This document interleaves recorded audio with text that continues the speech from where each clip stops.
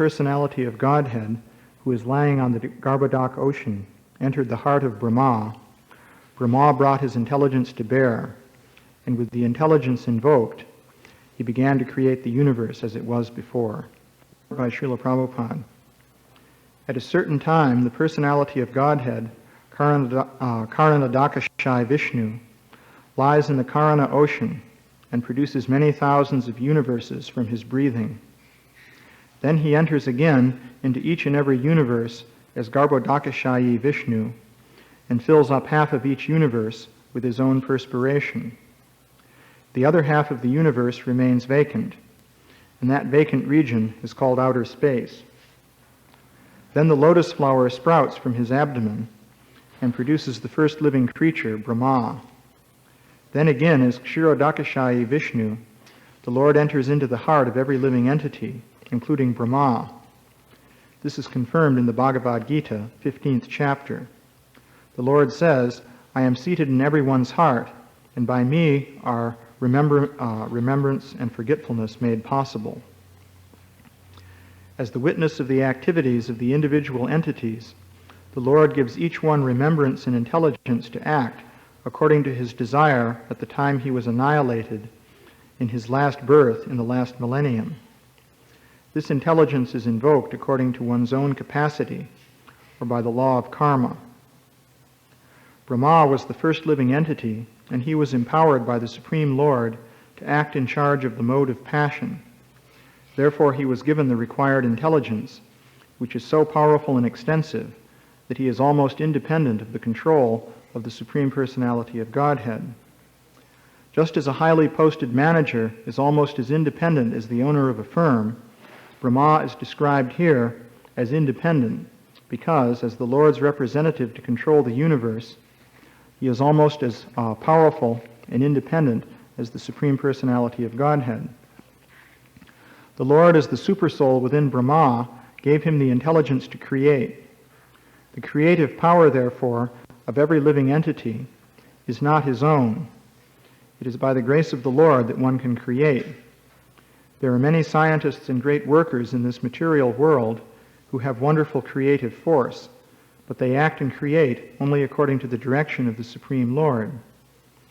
A scientist may create many wonderful inventions by the direction of the Lord, but it is not possible for him to overcome the stringent laws of material nature by his intelligence, nor is it possible to acquire such intelligence from the Lord, for the Lord's supremacy would then be hampered.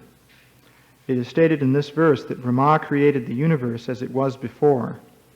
This means that he created everything by the same name and form as in the previous cosmic manifestation. Om Jnana Timiram Dasya Jananjana Shalakaya Chakshurun Militam Yena Tasmai Shri Gurave Namaha Shri Chaitanya Manobhistam Stapitam Yena Bhutale Svayam Rupa Kadamayam Datati Svapadantikam. So, the translation again.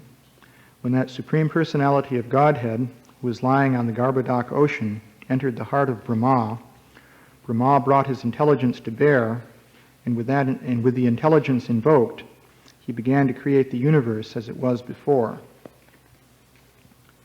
So we have the description of the creation of the material universe, which Srila Prabhupada sums up in the purport. There are many different interesting points one can make here. Let's see. To begin with, there's the point that Karanadakashai Vishnu lies in the Karana ocean and produces many thousands of universes. So, Karana means cause, so this is also translated as causal ocean. So the domain of material cause and effect is this Karana ocean. So it is stated that Maha-Visnu, or Karanadakashai Vishnu, creates thousands of universes by his breathing. Actually, it's described that initially he glances over the inert material energy, which is called pradhana. And then as a result of his glance, the pradhana is activated.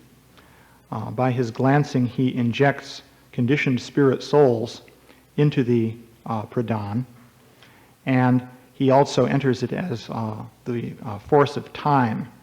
Krishna is time personified. So when the potency of time becomes active within this pradhana, it is transformed into what is called the Maha-Tattva. And it's explained that the different features of the material energy are present in the pradhana in a latent or unmanifest condition. But once the time potency becomes manifest within pradhana, the different aspects of material nature begin to interact with one another. And you have the development of different material manifestations. So on an abstract level, that is what is happening. Also, when the spirit souls are injected into the pradhana, they are injected along with their karma from previous lives. And the result of that is that ultimately they're given bodies in which they take up their activities which they had left off at the annihilation of the previous universe. Srila Prabhupada mentions that here in the purport. So one aspect of this is that it doesn't happen just once, but there are many occasions in which Maha-Visnu creates universes. When he's doing it, as he breathes out, universes are manifested. And when he breathes back in, all the universes are annihilated. And I don't know how many times he may breathe on such an occasion. But then, on other occasions, he will also be breathing universes in and out. So there are many universes and many periods of creation going on to infinity without any limit. So that aspect is there. So you can make some comparisons that are interesting with the modern scientific conceptions. Nowadays there's this idea of the Big Bang, which has recently been given new impetus through propaganda techniques.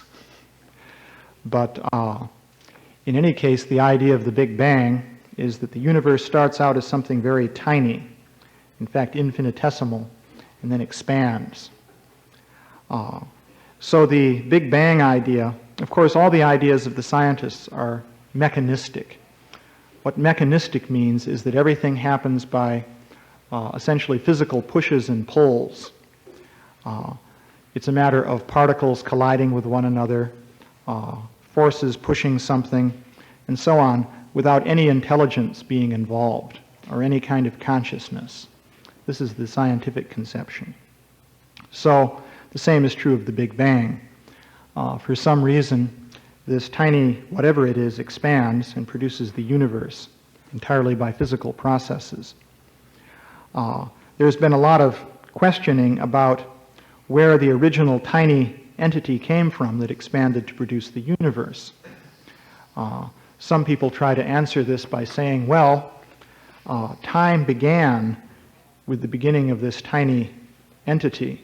Therefore, it is meaningless to ask what happened before that, because there was no time before that.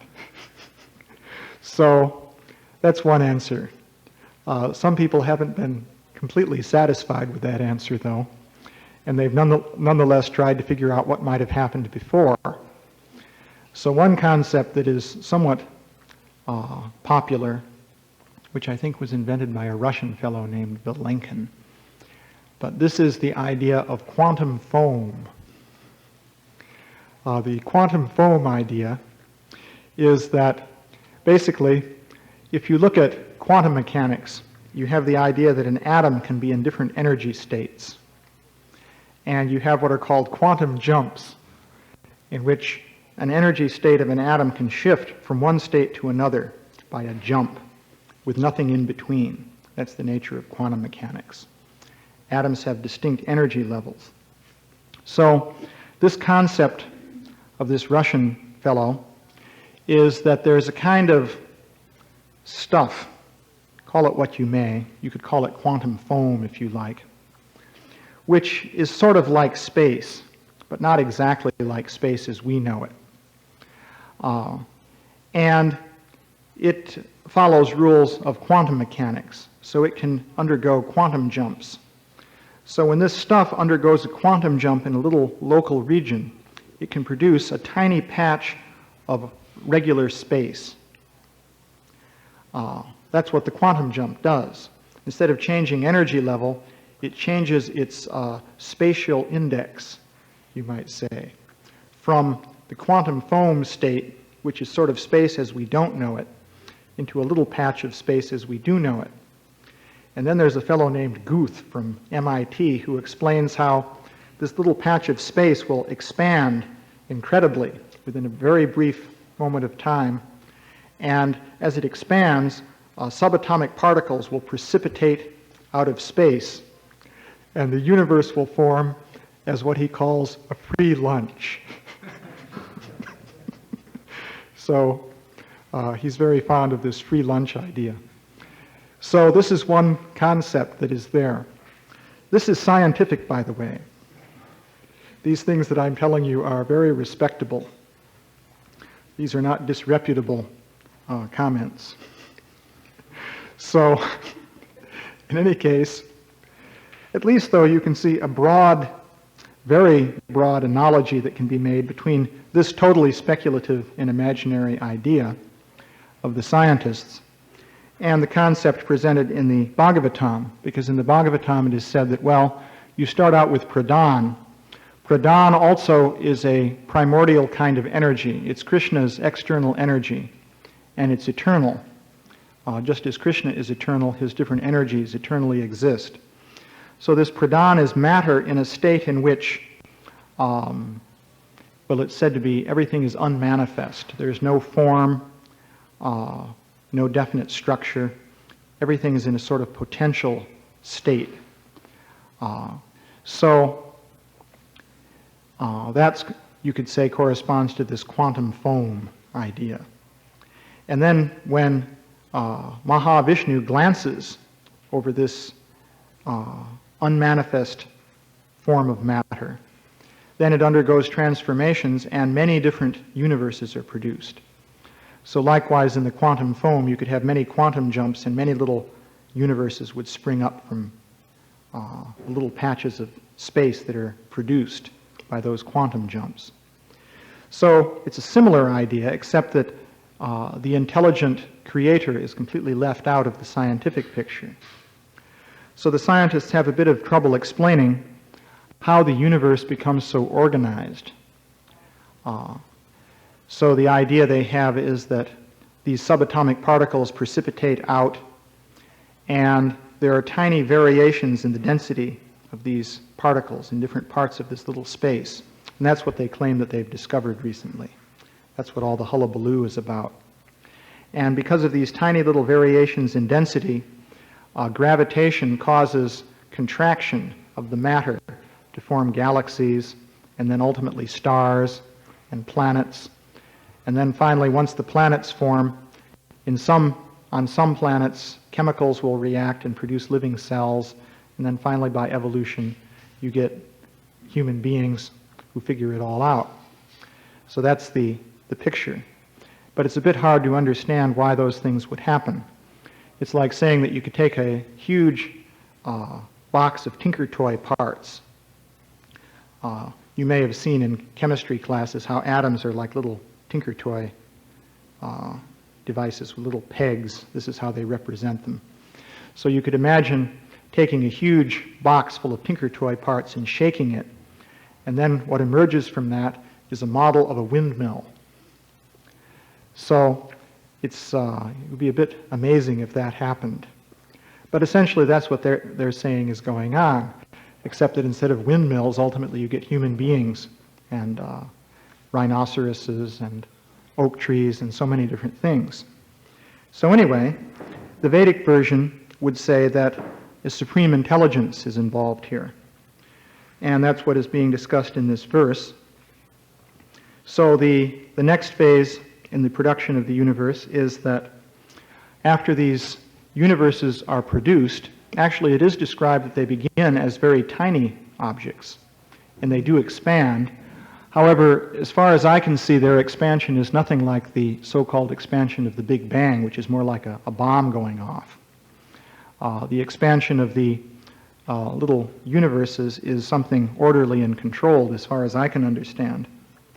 So, once these universes expand and the different shells form, and a vacant region is formed within each shell, then as Srila Prabhupada points out here, Garbhodakashayi Vishnu, that's another expansion of Vishnu who enters into each of these shells, fills half of it with water, interestingly enough. Srila Prabhupada says here that Garbhodakashayi Vishnu fills half of each universe with his perspiration. That's the Garbhodak ocean. That's the ocean that the earth sinks into. But we've discussed that whole topic. Then he produces Brahma by an interesting method of having a lotus come out of his navel and opening up. So he produces Brahma by reproduction, but he uses the plant method of reproduction, which is interesting. Brahma comes out of a flower. So this Brahma is a very remarkable being in his own right, and Srila Prabhupada points out here that he's nearly as powerful within this universe as the Supreme Personality of Godhead. Nearly as powerful. This is delegated power. Krishna gives Brahma the power to create the universe. And then he's pretty much on his own. Brahma meditates at the beginning, at the point when he first awakens to consciousness within the universe. He meditates for a very long period of time. And as a result of that austerity and tapasya, then Lord Vishnu inspires him within his heart with the intelligence to create the universe. Prior to that point, Brahma doesn't really know what to do. He doesn't even know who he is or what's going on. He just awakens to consciousness within this dark region. But because of his previous karma, he has the intelligence to meditate on the Supreme Lord. Intuitively, he realizes that that's what he should do. So then he's given the power to create. So that's a whole story. Many different things can be said about that. Basically, Brahma initially produces beings from his mind. By focusing his mind, he creates forms which actually become independently active.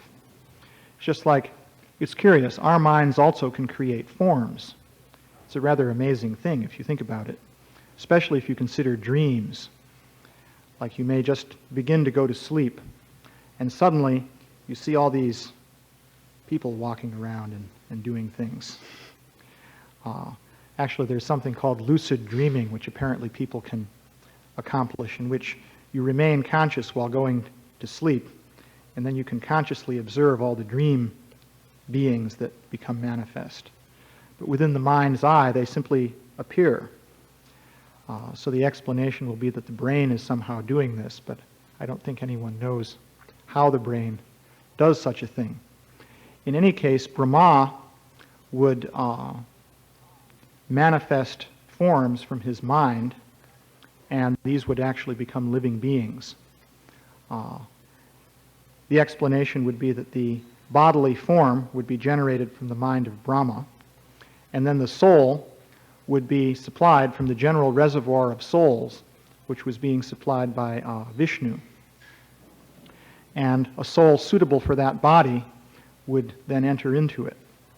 So these are all conditioned souls that had had bodies before, generally speaking, in previous manifestations of different universes. So each soul would have its particular karma that made it suitable for a particular body. For example, when Brahma began the creation, initially things didn't go very nicely. He created forms of rakshasas. which were then occupied by demonic souls, and they immediately tried to eat him up. So he had to cope with that difficulty. It's not easy to create the universe. So there's the whole issue of empirical evidence, by the way. One may say that it's rather bizarre to say that some being would create living beings from his mind, that we have nothing at all really comparable like that. Dreams aren't really a very good analogy to it because they're totally insubstantial. But if you want to get into the disreputable subject matter, there's good empirical evidence that certain psychics manifest quasi-physical forms. I could go into the empirical evidence for that. All kinds of very intelligent, qualified, and highly skeptical people have observed such things, and that's a whole story. But I won't go into it, especially because it's highly disreputable. But because, of course, we know such things aren't true, right? So in any case, Brahma created these beings from his mind, which were then equipped with souls, which are the actual conscious living entities. They proceeded to create generations of beings by reproduction. And I've discussed before, I think last time, how different transformations of form took place and the universe was populated. So those are some observations. Then another interesting aspect is the whole question of illusion versus reality. We understand that the universe is real but temporary. The universe is also referred to as being illusory. It's Maya, and Maya means that which is not. However, there are different kinds of illusion. I had an interesting conversation the other day with a fellow named Thompson, an old guy who came to the temple here. Interesting fellow. I first encountered him on a TV show on astronomy. It seems that he goes around with homemade telescopes and sets them up on the sidewalk and shows people the sun and the moon and so forth through the telescope. And his plea is that people don't really know what these different celestial bodies look like, so that they need to be educated, and that this is being done for the sake of science. And so one might ask, well, why is he doing this? Why is he so concerned about giving people a scientific education anyway? He goes to state parks and sets up his telescope, and all the campers come by and they look at Saturn and see the rings and so on and so forth. So it turns out he's a rather effective Mayavadi preacher. This is his way of preaching. He sets up the telescope, shows them something, says a few things about astronomy, which sound very impressive and scientific, and then launches into his real message, which is Mayavadi philosophy. And it works. He's got a network of contacts all over the country. He's got clubs set up, he's got newsletters, and it's very interesting. Successful preaching. So I was talking with him, and he gave me his spiel, launched into his Mayavadi repertoire. So I pointed out that actually, according to Shankaracharya, the universe isn't an illusion in the sense that people normally think of an illusion. So there are different kinds of illusion. For example, you could have a hallucination. You can see something that's just not there at all. This is due to some malfunction of your mind. That's one kind of illusion that can occur. So he was saying that, well, actually that's what the universe is like, according to Vedanta. It's a misperception. Of course, you can ask, well, what is misperceiving? This gets you into a whole problem. According to the Vedantists, of which he is one, there's only one perceiver. That would be Brahman. So if there's one perceiver and it's misperceiving things, and that's the universe is that misperception, then, well, one is told also there's a liberated state, and there's perception of that. So how is the one perceiver perceiving this liberated state and also subject to the illusion of the universe if there's just one perceiver? It's a bit hard to see how that would be. Or to put it another way, if someone becomes liberated, why doesn't everyone become liberated? If there's only one conscious entity, which is indivisible. So of course we say there are many conscious entities. One can be an illusion and another can be liberated. So, but I pointed out to him that the misperception that Shankaracharya is talking about is a structured misperception, if you want to call it a misperception. It has definite structure, which is always the same. For example, I was talking to him about earth, air, fire, water, ether, mind, intelligence, and false ego, and so forth. And he was saying, well, I see you people seem to really accept the Sankhya philosophy, but I don't, because I'm a follower of Vedanta. And I said, well, Shankaracharya accepted the Sankhya philosophy. And he said, oh, no, he didn't. And I said, well, sure. He accepted the three modes of material nature, for example. And he said, well, no, he didn't, because he said the mode of ignorance is one kind of misperception, and the mode of passion is a different kind. And the mode of goodness is another kind of misperception that's not quite as bad as the others, but still it's misperception. So I pointed out to him, well, then he accepted goodness, passion, and ignorance. The structure of the thing is the same. He just puts the label misperception on it. In other words, what he's doing is taking the entire Sankhya philosophy and all its details, goodness, passion, and ignorance, mind, intelligence, false ego, earth, air, fire, water, and ether, the whole thing, and he's just putting the label misperception on it and saying these are different types of misperception. Well, okay. We say that it's Maya too, that it's illusion. So in one sense, there's not so much disagreement. The ultimate disagreement comes as to what the supreme absolute truth is. But he is accepting that the whole thing is there, the structured arrangement of different elements and so forth is there. The demigods are there. Sankaracharya is saying that it's illusion, but he is not saying that Indra, to take an example, is any more illusion than Mr. Thompson. Now, the common misconception of this Mayavadi philosophy would be that, well, the world is false, Mr. Thompson is also false, but Indra is false in a different sense, namely the sense that he's just a story in a book. He's a myth. Whereas Mr. Thompson is walking around showing off his telescopes. But I pointed out to him that actually Indra and Thompson have the same ontological status in the philosophy of Shankaracharya. Ontological status is a good term you can use.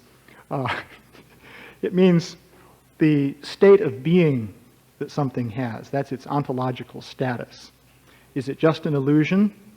Does it really exist? Does it eternally exist? These are different possible states of being, so that's ontological status.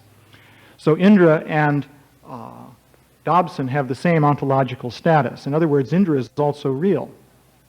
He's out there doing things. So he finally agreed that, well, I guess I could accept that.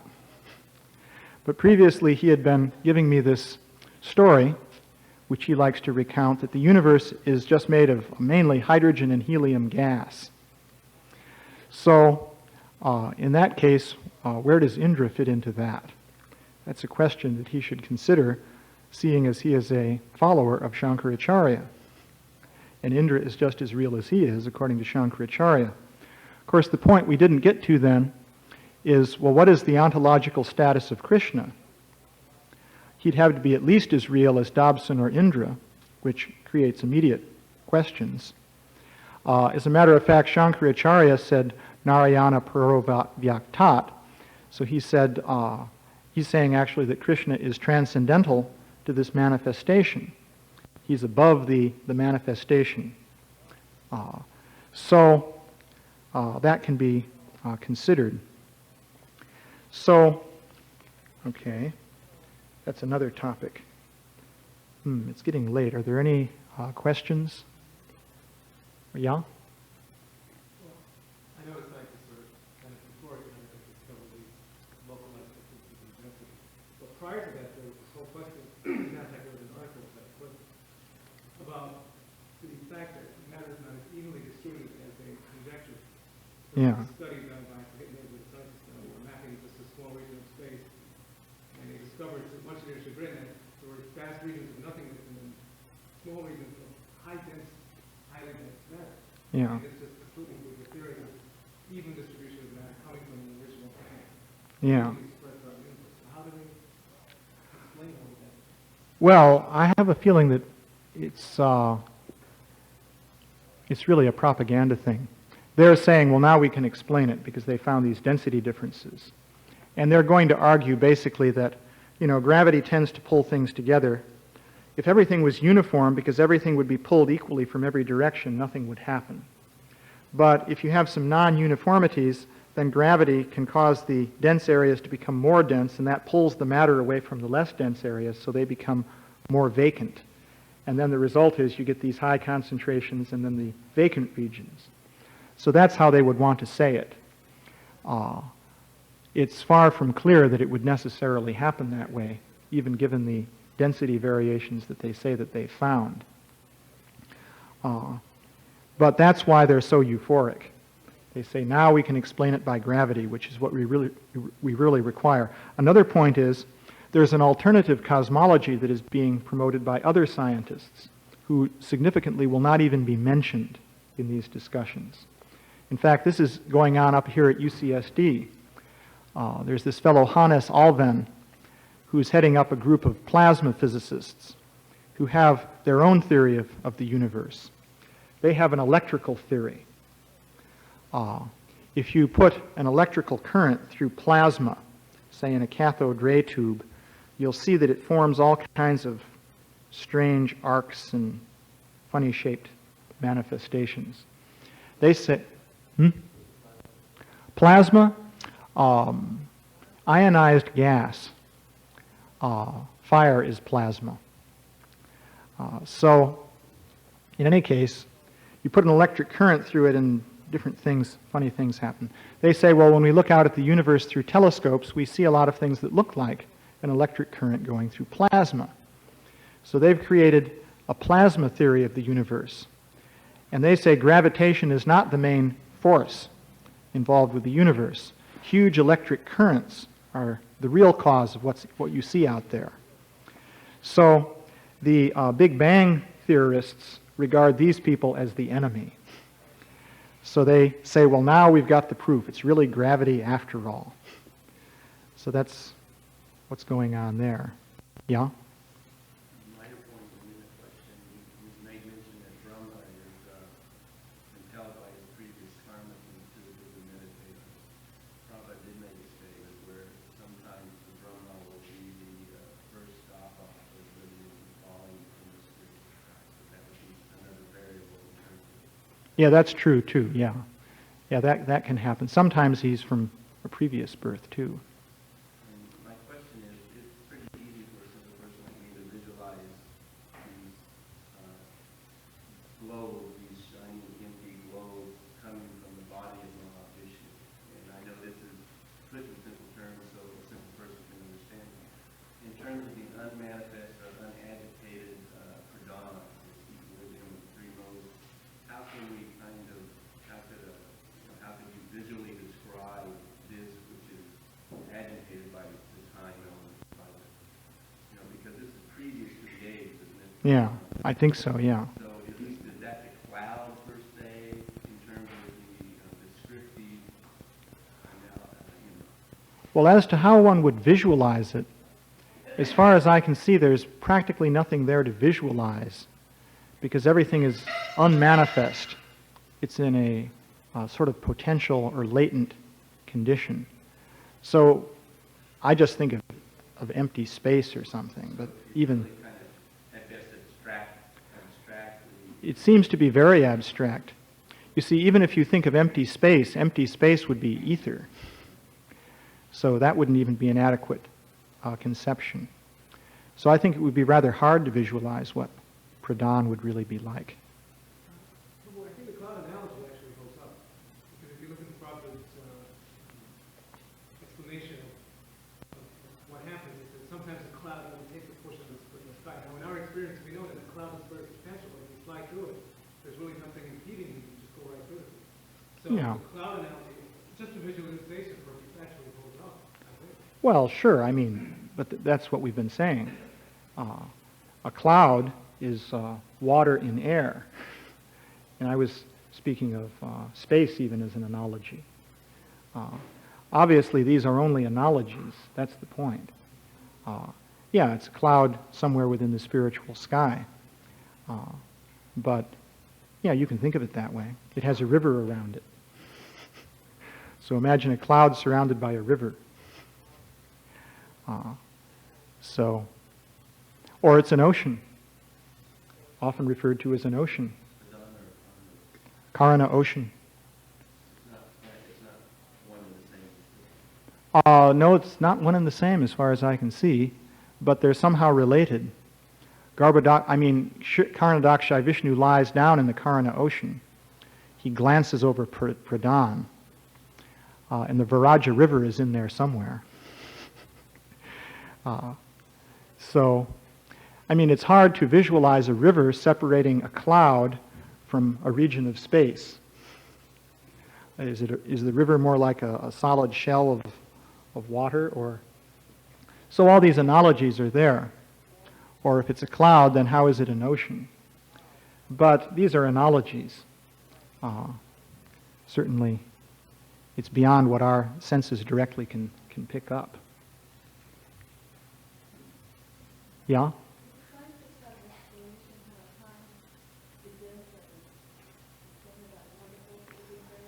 Oh, yeah, that's called the theory of general relativity.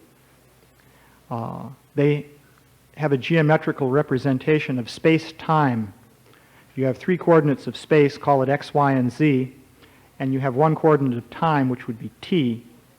So those are just 4 coordinates which form a curvilinear structure in 4-dimensional space. If you like, you can imagine embedding that in 5-dimensional space and having it curve. Now, time can begin just as the whole curvilinear structure has edges. The edges represent the limits of space in one direction and the limits of time in another direction. So time can have a beginning according to their concept. It's just like a circle or a disc has an edge. That's the beginning. So they have a whole scheme worked out. All glories to Srila Prabhupada.